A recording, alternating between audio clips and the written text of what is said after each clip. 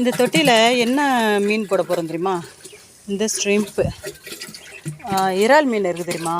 அந்த இறால் தான் போட போகிறோம். இது ஏதுன்னா பசங்க பிடிச்சிருந்தாங்க, ரோட்டில் குட்டையில் பிடிச்சிருந்தாங்களா, அதிலேருந்து வாங்கிட்டு வந்தது இது. இந்த தொட்டியில் இன்னும் நிறைய மீன்கள்லாம் போட்டிருந்தோம். இது நாட்டு மீன் நம்ம சாப்பிடுவோம் பார்த்திங்களா, அந்த மீன் போட்டிருந்தோம்.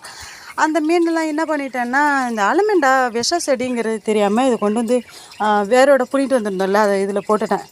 மறுநாள் காலையில் போட்டுக்கலாம், நட்டு வச்சுக்கலாம் அப்படின்ட்டு. அதுக்கப்புறமா அன்றைக்கி பார்த்தா அன்றைக்கி அந்த மீன்கள்லாம் இறந்து போச்சு. இந்த ஸ்ட்ரிம்ப்பு மட்டும் உயிரோடு இருந்துச்சு.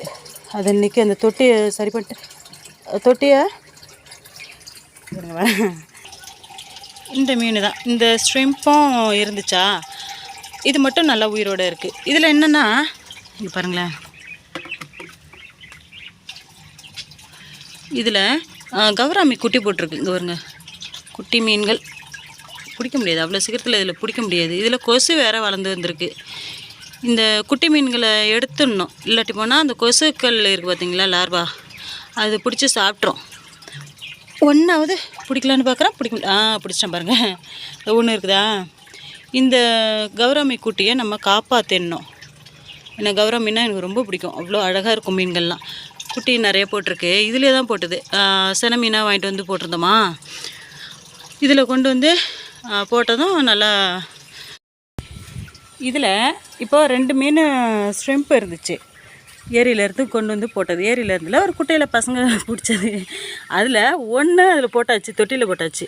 தொட்டியை கழுவிட்டு அது அலமெண்டா செடியை கொண்டு வந்து போட்டதும் அது இறந்து போச்சாச்சா. மீன்கள், நாட்டு மீன்கள் இறந்து போயிடுச்சு. ஒரு 4-5 மீன் போட்டிருந்தேன். அதுக்கப்புறமா இந்த ஸ்ட்ரிம்ப்பு மட்டும் உயிரோடு இருந்துச்சு. அதில் ஒன்று காணுமே, எங்கடா போச்சுன்னு பார்த்தா இங்கே பாருங்கள், எங்கே நடந்து போயிட்டுருக்குது பாருங்கள். இதை வளர்க்கணும், தொட்டியில் போட்டுடலாம். இது ரொம்ப குட்டியாக தான் பசங்க பிடிச்சி கொடுத்தானுங்க. இதில் ஏற்கனவே ஒரு மீன் போட்டுட்டோம், இதில் இன்னொரு மீன் போட்டுடலாம்.